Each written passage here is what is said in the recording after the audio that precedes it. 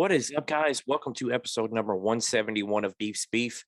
I'm going to do my best to record this without a whole lot of background noise, but it is raining pretty hard outside, so you may hear some thunder or whatever. But I guess that's a part of the podcast, and hearing me do this out of my house and all that stuff, and not having a nice studio like somebody like Joe Rogan or somebody has. But before we get into the podcast, let's talk about our sponsors. First one, Crystal Lackey at Stockton Mortgage. Hit Crystal up for any home loan needs, any refinancing needs, anything that goes into the home buying or refinancing process. Hit up my friend Crystal. You can get in touch with her at 502-615-0743.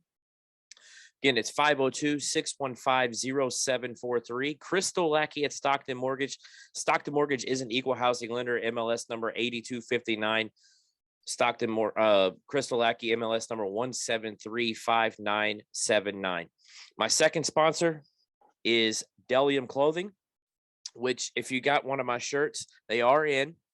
I'm going to show this off on camera. So if you're not looking or if you're not watching, sorry, but the shirts are in. Got him to sew the tag on the back. It's a little bright. There's the tag. It's got the name on this, or it's got the logo on the side of the sleeve. If I can get it to come out, this makes for great podcasting, by the way. But there's the podcast logo on the sleeve. The shirts are so nice, man. If you didn't get one, you're gonna regret it. I'm not saying that I won't get more of them. I think once people see them, they are going to want one. But again, Delium Clothing, my guy Isaac over at Delium, that's BDELLIOM, pronounced Delium, BDELLIOM. Delium Clothing on Facebook, at Delium Clothing on Instagram. I mean, he makes fantastic stuff. I'm very, very happy with all the shirts that I got. And I think that if you got one, you will be very happy as well. Every person that I've given them to, has said that they're very happy with the way it looks and the way it feels and all that stuff.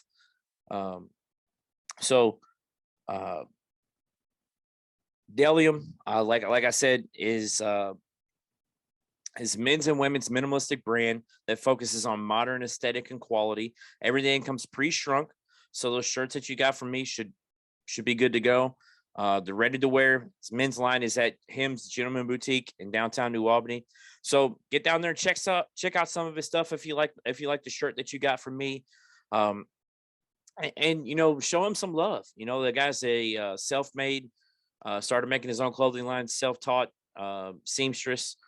I think it's what you call that. I guess it's still what you call. I don't know. But either way, go get some of his clothing.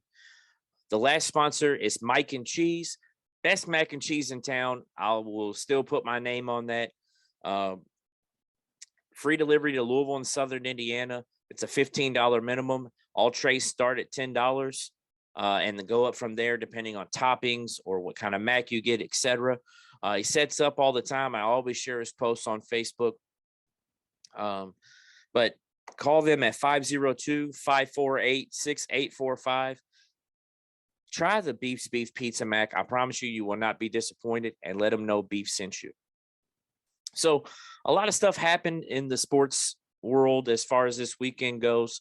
You had the 3 games that I spoke about last week, the 2 NFL games and the Louisville game against Wake Forest. You see the score behind me, the Louisville-Wake Forest game. I will get into that later. So we'll start in Denver. This game did not live up to expectations, and it's not either one of the quarterbacks' faults.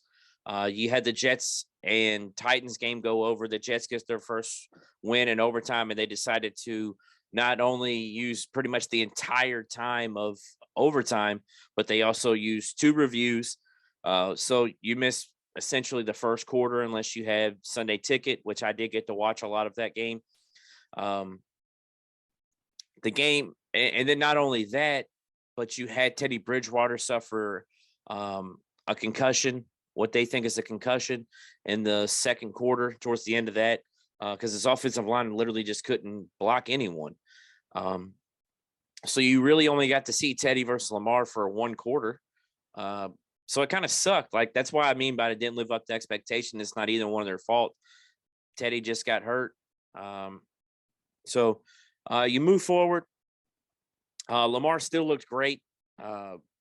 Put up solid stats in the 23-7 win for the Ravens.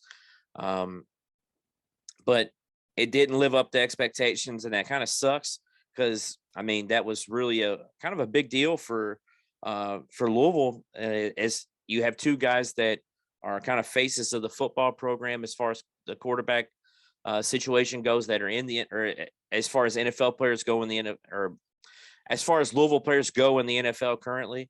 You have Teddy and Lamar. Lamar did go 22 of 37, 316 yards, a touchdown and interception, or no interceptions, and 7 rushes for 28 yards. Now, the big thing that came from this game, though, is I think his name is Nick Fangio or something like that. The coach of the Broncos got very upset with the Ravens because instead of taking a knee with 6 seconds left, they ran one more play, ended up gaining 3 yards, which gave their team 104 total rushing yards to tie the NFL record for most consecutive games with 100 yards rushing. I mean, I'm not going to say I get where he's coming from, because at the end of the day, you're at the top of your profession in the NFL, and your team should be stopping the other team instead of worrying about, hey, this team shouldn't be doing this. Worst comes to worst, the next time you play them, you just run up the score or stop them. One of the two. Either way, I don't really think that, like, that's a record that those players are very interested in doing. You now tie it. All the players wanted to get it done. Harbaugh said that, that was something that they wanted to do. That's something they really look forward to doing every week. And now you go next week to take the lead on that, as far as being, I think, the Steelers team from the 70s or whatever. So I'm with Harbaugh on this one. If you don't want them to do it, then stop them. I mean, that's my opinion on it. So again, the Ravens won 23-7. They move on next week to play Indianapolis on Monday Night Football. The Broncos, who will most likely be without Teddy next week. I haven't heard anything for sure, but they travel to Pittsburgh. So it should be an interesting week as far as those two teams go, especially if the Broncos are without Teddy. I mean, that's not going to be a good thing for them. Now, the other game that I spoke about as far as the NFL goes, you see the hat, still rocking them, still rocking with the Patriots. Still love Tom Brady, but it doesn't matter. He's playing against the Patriots. I'm cheering for the Patriots. You had Tom Brady and the Buccaneers travel to Foxborough to take on the New England Patriots. You guys, if you listened to last week's episode, you heard me kind of give my opinion on how I felt Mac Jones was playing so far. Mac Jones stepped it up in this game. The guy went 31 for 40, 275 yards, which means he didn't really throw the ball downfield that much, which I think will come in time. I think that that's something that they will start working themselves into, but I think they need to start going to that. Your team is now 1-3 with a loss to the Buccaneers. He 31 for 40, 275 yards, 2 touchdowns, and interception. And really that one interception is the only thing that I feel like is kind of looked bad for him in that game. He started out quick. He actually completed 20 passes in a row, I'm pretty sure. So, I mean, it was nice. It was nice to see that. The defense played well overall, holding the Buccaneers to 19 points. Brady did not play well. 22 for 43, 269 yards, no touchdowns, no interceptions. I know Leonard Fournette only had 91 yards, but it felt like he had a lot more.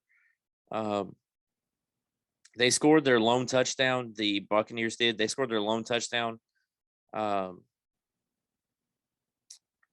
a rushing touchdown. And then you also had Ryan Suckups kick 4 field goals. He was 4 for 5 from on kicking. But then the Patriots, like I said, you have Mac Jones throw 2 touchdowns. One to Hunter Henry, the other one to Jonnu Smith. So he's utilizing the tight ends. The tight ends had a combined 7 receptions. This was N'Keal Harry's first game back, which is a very good sign because at the beginning of the year, you heard that N'Keal Harry was looking to get traded. He wasn't really want to stay here. So maybe this is something with Mac Jones coming in that maybe he's going to look his way a little bit more. It was a little weird, though, to see him in number 1 with a towel on. It kind of looked like Cam Newton out there running routes. He had 1 catch for 10 yards. Jacoby Myers had stepped up as well, threw 2 passes for 45 yards. Kendrick Bourne, 5 receptions for 58 yards. Myers also caught 8 balls for 70 yards. This team showed a lot of promise. Matthew Judon really led the way as far as the defense goes. Matthew Judon had 7 tackles, 4 of them solo. Had 1 sack, 2 tackles for loss. Hit the quarterback twice. Even got a tweet shout out from Donovan Mitchell, even though he didn't know his name. He said, "Man, that dude in the red sleeves for the Patriots is really showing out."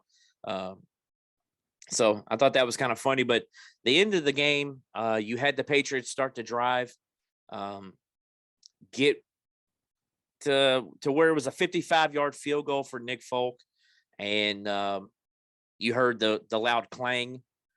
So I mean, it kind of sucks, but I feel like I feel like this is a learning experience for this team, and I think this is going to be something that they can use they can use in the future, because this is a very good Buccaneers team. They're coming off a Super Bowl win, and they come into Foxborough. You put up a good showing and really have a chance to win at the end of the game, and your kicker misses a field goal. I told you all I didn't really think that they would boo Tom Brady. I felt like he got a pretty good reception. Some people weren't really happy with Belichick's reception of him after the game, or the half-hearted hug. I get that. I was a little pissed off, and then you read stuff from like Adam Schefter that says he spent around 30 minutes in the locker room with him after the game, and it seems about right, like what Belichick would do, as far as him being like a private guy and stuff like that. You never really see him show that much emotion outside of the locker room or anything like that. He will every once in a while, but I'm not defending him. But I mean, it makes sense. That's just the way the guy is. But after the game went off, I got a little pissed off and just turned it straight off. And my cousin, Jerry Lee, former guest of Beef's Beef, obviously, asked me if I watched the press conference. And I was like, no, I just turned it off. Well, I loved the press conference after I went back, or not the post-game interview, not the press conference, the post-game interview with Brady. I'm going to do my best here to let you guys watch the video and hear the sound. Hopefully this isn't something I'll have to go through and take out later, because it's probably going to sound terrible. It could sound terrible. I don't know, but we're going to try this.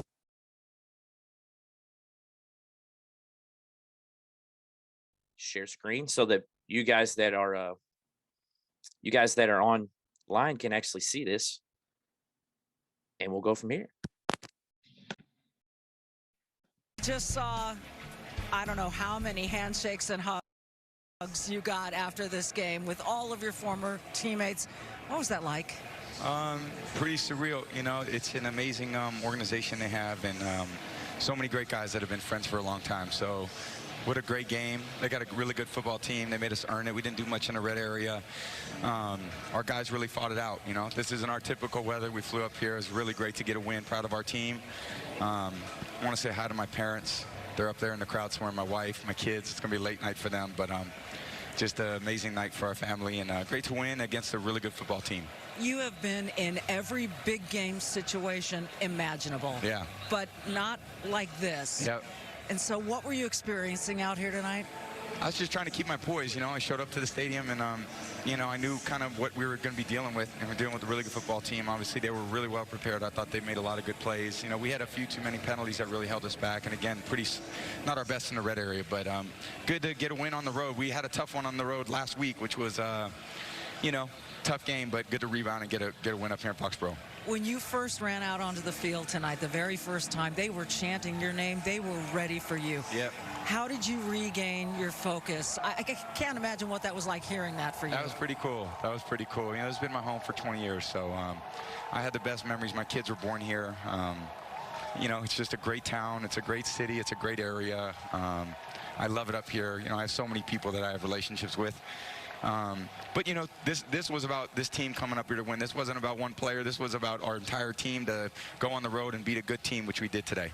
But there was a milestone. You set the record for all-time passing yardage, and it was kind of an uneventful moment, but the fact that you did it on this field, what does that mean to you? Yeah, it's pretty cool. I think it's really, nothing in this sport can be accomplished without incredible teammates and coaches, and you know, I've just been blessed for 22 years to be with some amazing people, and quarterback can't do anything if the guys don't catch the ball. And guys did a great job catching for me the last 22 years, all of them, which I hope were felt a little piece of happiness tonight watching that, because everybody contributed, and I sure as hell can't catch anything. Everyone's seen that drop against the Eagles in the Super Bowl, but I could throw it a little bit, and I'm glad I got so many great guys that can catch it.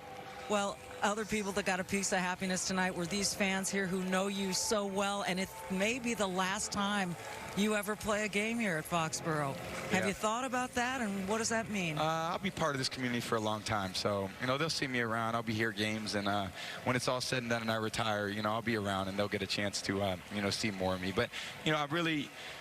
Yeah, they cheered for me a little bit, but at the end, they were cheering for their team, and they wanted, you know, obviously the Patriots to come through, and it was a great game. Mac, I think, played a great game with tough weather for everybody, but, you know, we gutted it out. We needed it. It was a special night. Yeah, it really was. I'm not tearing up. I already went through all that, so I had enough emotion the last week. I'm kind of happy. You know, we got the game, and we won, and man, Nick almost banged that thing through from 56, I think it was 56, 57. That was an unbelievable kick in these conditions. So, you know, the game's it's a matter of inches. You know, Justin Tucker hit one, bounced in. You know, we had one that just bounced out. So great to get a win. They all count the same in the end.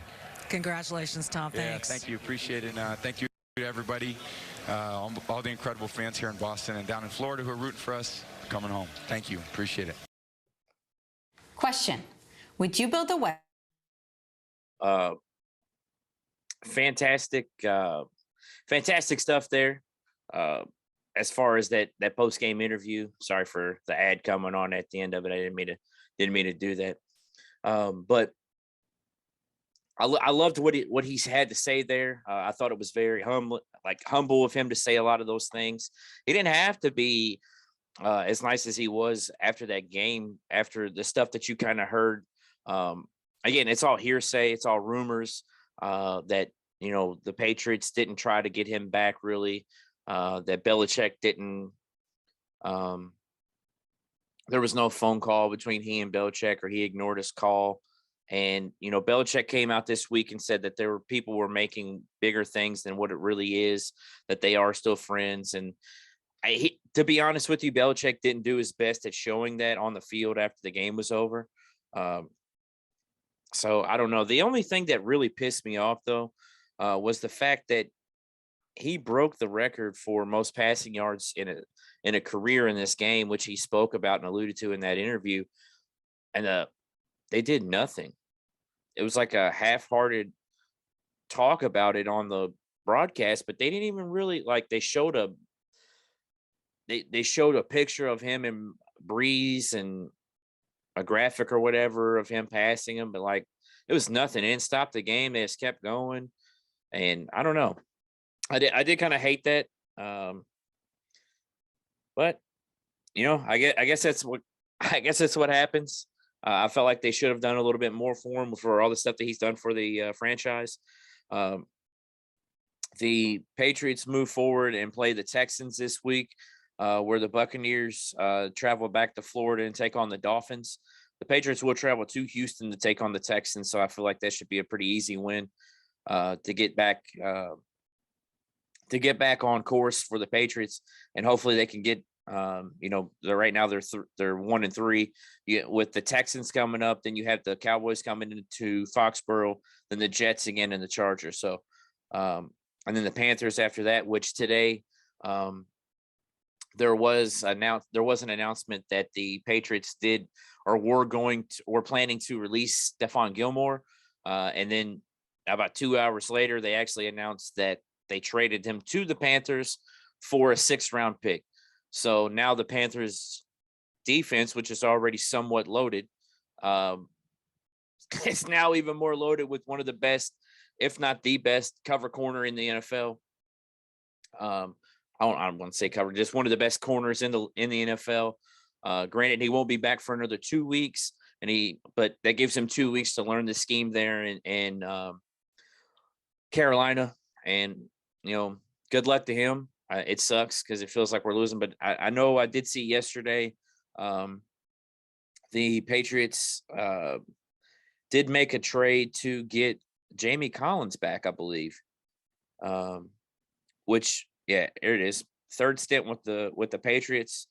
I'm not really sure what they traded. Trade to St. Corner. Okay. I'm not really sure what they traded to get him. Oh, he was released by the Lions on September 28th. So there you go. So we just signed him. So moving forward, the Louisville Wake game was this weekend. I tried to watch as much as possible. It was actually pretty dope. I got to watch in the back seat of Smitty's car or SUV, what have you. It was dope. I plugged my Fire Stick in. His truck has Wi-Fi, so I got to use the Wi-Fi and watch through my Fire Stick as much as the game as possible. Then we got to Lexington and I'll talk about why I was in Lexington a little bit later on. But we got to Lexington, and of course, as soon as we parked where we were going to tailgate at, all of the Wi-Fi went to crap. So that sucked really bad. So it took a little bit to get everything set back up. We got it set up on the TV, and I watched 3/4 of the game. But everything that I watched, was enough for me to know what was going on, et cetera, et cetera. And like I said, there was a lot of stuff that kind of made me mad. I'll just go ahead and let me show you guys here. I'll go ahead and share the screen again for those of you watching on. For those of you that are watching on YouTube, you can actually see this. Here's the back seat. I mean, you can obviously see me moving my mouse. But yeah, 2 12-inch monitors as we were driving to Lexington. So you see my Fire Stick plugged in down there. It's pretty dope. It was awesome. Watching in HD and everything like that. On the way to Lexington in the back, so you see the score, 37-34. I picked Louisville to win at Wake Forest. The odds makers, I believe the spread as the game started was Wake -7. So Louisville did cover the spread. Your guy BJ did call that. He called the Cards loss with them covering the spread. I thought Louisville was going to win. If you watch the game, I don't really feel like that was something crazy of me to say. I really feel like Louisville had all of their chances to do so. The defense didn't play well, giving up 501 total yards, 324 through the air, 177 on the ground. But they gained 522 themselves, 309 in the air and 213 on the ground. You had Jalen Mitchell, 17 rushes for 89 yards. Malik Cunningham kept up his 2 rushing touchdown of the game streak that now makes 10 on the season, which puts him 2nd place in the nation in rushing touchdowns. But he also was 19 for 26, 309 yards, 2 touchdowns, and no interceptions. But the story of this game, and I hate to be that guy, is officiating. There was a video that I saw. I believe his name is Tyler Grieber. He's on the Drive all the time with Mark Ennis. I believe he's on WHS 11. He got a video from their sister network in Winston-Salem that had the recording time on it. So there's 4 seconds left in the first half, and Wake Forest lines up to run a play, which really doesn't make any sense. And not only do they run a play, but they run a running play on Louisville's 1 or 2 yard line. And not only do they run a rushing play with 4 seconds left in the first half, but they get the playoff, which the time's not running, so it's whatever. They get the playoff. They get tackled, and the time runs out. Seemingly the time runs out, or that's what you think.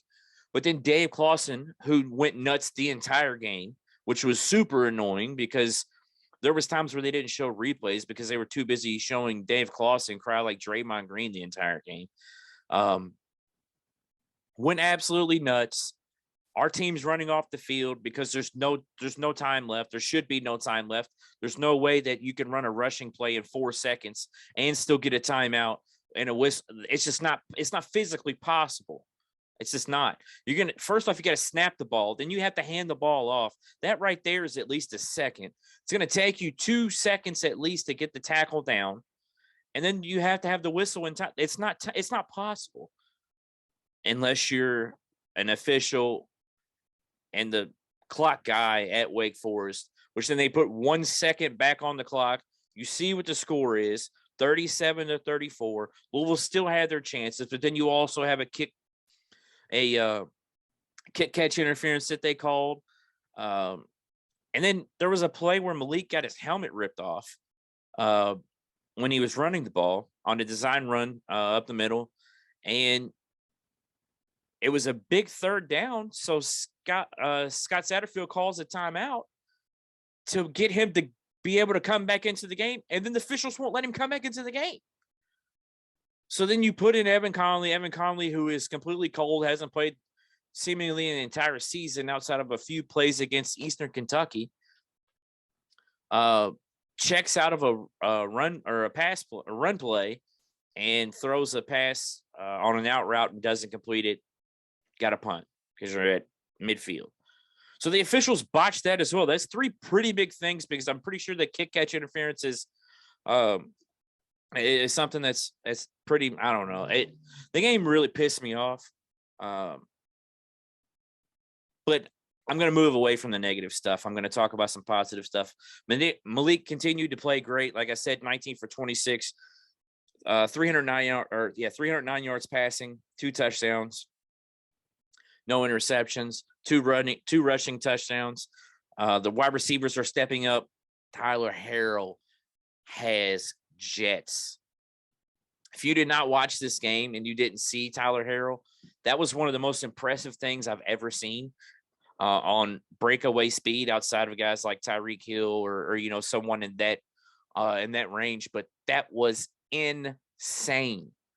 The dude catches a slant route and literally is just gone to the crib. Amari Huggins-Bruce also played well.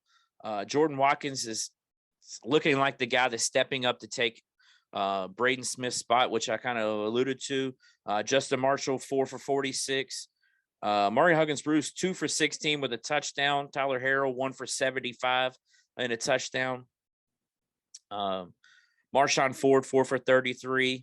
Watkins was 4 for 62. And then the defense, Jack Fagot continues to play really well. 8 total tackles, a sack, and a tackle for loss. You also have CJ Avery with 12 total tackles. There was a lot of stuff that the defense seemingly did well, but at the end of the day, you just gave up too many big plays. It was frustrating because you really felt like Louisville had a chance to win that game. And what's the old, they just ran out of time. They didn't lose, they just ran out of time. Is the old joke or whatever. But I still am encouraged by this team. The offense continues to look improved. You do have, after this week, which I will speak on here in just a second, you have some teams coming in that are better defensively. After Virginia, you have Boston College at home after a bye week. Then you go to NC State, which will be a tough game. And then you come back home to play Clemson, which has looked pretty mortal, I guess you would say, this year, or pedestrian as far as Clemson standards. Clemson is 3-2 with losses to Georgia and NC State. I've already spoken about them at length. I'll speak about them more whenever I preview that game. And by the way, for those of you that listen, and I don't know how much of the insight that I give you guys as far as this stuff goes, or if you guys even like listening to this part of the as far as you listening to me talk about these games and my thoughts and all that stuff, would you guys like for me to get some people on to help me preview some of these games and, give my insight on the other parts? Because I can do that. I can try to get some people that, can talk to me about these upcoming games and stuff of that sort. And, I could just do the rest of it on my own. You guys let me know. Or if you just rather hear me just talk by myself, I could do that too. But coming into Cardinal Stadium this week is Virginia. Virginia has a quarterback that is named Brennan Armstrong, second in the nation in passing yards, with 1,973. Dude is very, very good. Completion percentage of where's it at? 65%. 145 for 224, 14 touchdowns, 4 interceptions. He already almost has as many touchdowns as he did all of last season, and he needs 12 less pass attempts than last season, and he has four less touchdowns. So that shows you how much they're throwing the ball. They're not really a big rushing team. But Brennan Armstrong is somebody that Louisville will definitely have to worry about. Their leading rusher has 143 yards rushing. But, their leading receiver has 535 yards receiving, whereas Louisville's is 241. Lee Cunningham does have 600 less yards passing than Brennan Armstrong. But the good thing about this is Virginia is not very good defensively. They allow 412 yards per game, which is something that is right up Louisville's wheelhouse, who just put up 522 yards last week. The week before at Florida State, you put up 395. The week before that against UCF, you put up 501. So Louisville is definitely more than capable of, putting up big yardage. Eastern Kentucky, which is really just a throwaway game and won't even load anyway. You put up 442. So I really think Louisville can put up a lot of yardage in this game. The defense has got to step up. This is a game where if you get them, this is going to be very comparable to the Wake game as far as the offense is going to be tough to guard. I like our secondary for the most part. I love Keitrell Clark. I feel like Greedy Vance is coming around. You move Fago to that Cardinal position, but I like Louisville's secondary. Now I feel like we're a little worried about Ashton Gillott, who is day to day. So if we can get him back, who's been Louisville's most consistent pass rusher on the defensive line, I think that's a big deal, which then helps the secondary because, anyone that knows football knows that those two feed off of each other. You get pressure on the quarterback, it's easier for the secondary to work. You guard better in the secondary, it's easier to get to the quarterback. So it's, a marriage in that aspect. I think Louisville wins. I don't really think that that's going to come to a surprise to anyone else. Louisville is a 2.5-point favorite. I think it should be a little higher. I'm hoping our fans come to cheer this team on. The last home game was the UCF exciting ending. You go 1-1 on the road trip there, losing at Wake, which you were underdogs in the game.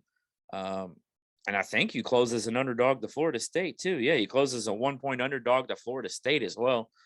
So now you come home a favorite. First time you've been a favorite in a game since EKU, which probably didn't even have a line, to be honest with you. This may be the first time that Louisville was a 30-point favorite against EKU. So it's only the second time all season that Louisville is coming into a game as a favorite.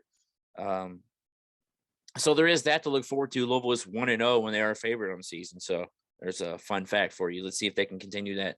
I think Louisville wins this game. I think Louisville wins this game by 2 touchdowns. Louisville is undefeated against Virginia when they play in Cardinal Stadium. So that is also another thing that is another record that is at hand here. Also, I forgot to show you guys. I haven't put this on the podcast at all, but this is a gift that I got for being at DJ's wedding last year. And the light obviously is going to make it look like trash. But it is sitting on my shelf behind me. Sorry, there's no way to get a good video of this. There, you can kind of see it there. It's got the podcast microphone on there or whatever. Got the Louisville hat on. Crushed it with the gift. Also, I don't know if you guys have ever noticed everything I have back here, but you know, you got the 72-10 best team ever autograph weekend single there. Piece of the Cavs court from 2016, LeBron Space Jam, signed Jim Tomey baseball, signed piece of court from Allen Houston, Muhammad Ali Funko Pop, obviously my shoes. The Cardinal head there is autographed by Lamar Jackson. Letter I got from my nephew. Dream Team poster. You see the poster that Matt made for me, and then the Heisman Lamar. So, again, great podcasting there as I go off about stuff that's behind me that only people on YouTube can see. But I'm happy with the steps that this offense has taken. I was very worried after Braden Smith went down against Florida State that we would struggle. I think Malik, Jalen Mitchell, and the wide receivers have all stepped up in this absence. Granted, it's only been one game, but it was a pretty big game. You had the team that's leading the conference in wins in Wake Forest, and you go there and give them everything they have. They're out 19th in the nation. I think you play that game 10 times. Louisville wins at least, I would say, at least 5, maybe 6 times a day. I think Louisville is the better team. There's a few things that I think Louisville needs to shore up, but hey, you know, that's why they play the game, right? So I mentioned that I was riding with Smitty to Lexington, and I went to the Kentucky and Florida game, which, unless you live under a rock in this area, you know what the outcome of that game was. Kentucky did go on to beat Florida. Kentucky, I actually heard a stat today that this is the first time since 1950 that the University of Kentucky is ranked in football and LSU, which is their next opponent, is not. And it's only the second time ever that that's happened. So that's a pretty crazy stat. You had Kentucky win 20-13. But the reason I bring this up is because of what happened in that game, which, you know, some of you guys know that that I coached JJ Weaver for 1 year when he was at Moore in middle school. But, you know, we've stayed in touch, and great kid. And it's always so bittersweet whenever – it's actually not bittersweet because the kid is such a fantastic kid. I'm so happy for him. And I'm so happy for all the successes that come from his hard work and you know, him working to get back from a torn ACL. But that kid has played his tail off this year. You know, the first time I went to see them play, I watched them play against Louisiana Monroe in their first game in a snooze fest because Monroe's really bad. But JJ got 2 sacks in that game, and then in this game, he redeems himself after his torn ACL in the game last year after trying to defend a pass from Kyle Pitts. I don't really want to say redeemed, but I don't really know what the word I would really say. You know, persevered, I guess, to come back in this game and, you know, battle through his torn ACL all offseason, work his tail off, and is right where he was last year, probably better. And then yesterday he shares a post that he is nominated for the Mayo Clinic Comeback Player of the Year, along with Mackenzie Milton from Florida State and Sean Chambers from Wyoming. So I think that's pretty dope. He tore his ACL. Obviously, the stuff that happened with his father in the offseason, which is terrible. But you have a kid that's working hard to get back to where he wants to be at. And I'll be honest with you, man, the more I watch this kid play, first off, I was already pissed off that Bobby Petrino fumbled this anyway. And I don't care if there's a pun in there with football or whatever, but Bobby Petrino screwed it up that we didn't get this kid in the first place. But that's a different story. But I'm happy for this kid because he's working his tail off, and I think his dream of playing in the NFL is going to be achieved.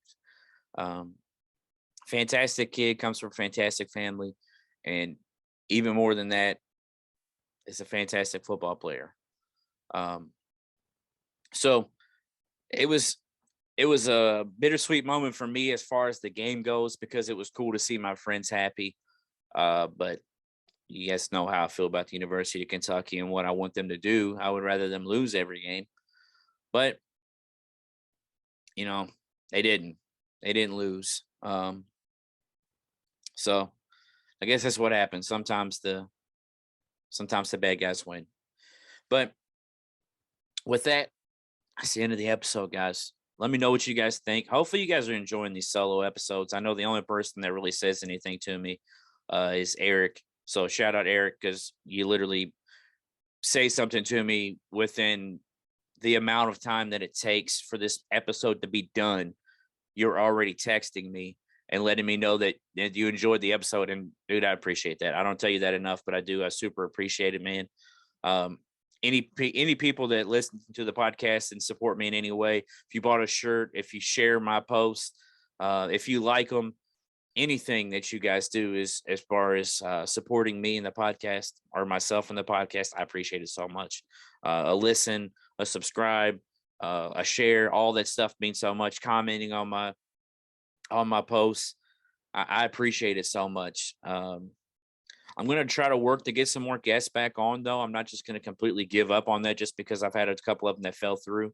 And I'm also going to keep doing these solo episodes. So guys, I appreciate it so much. Like, share, subscribe. Other than that, beef out.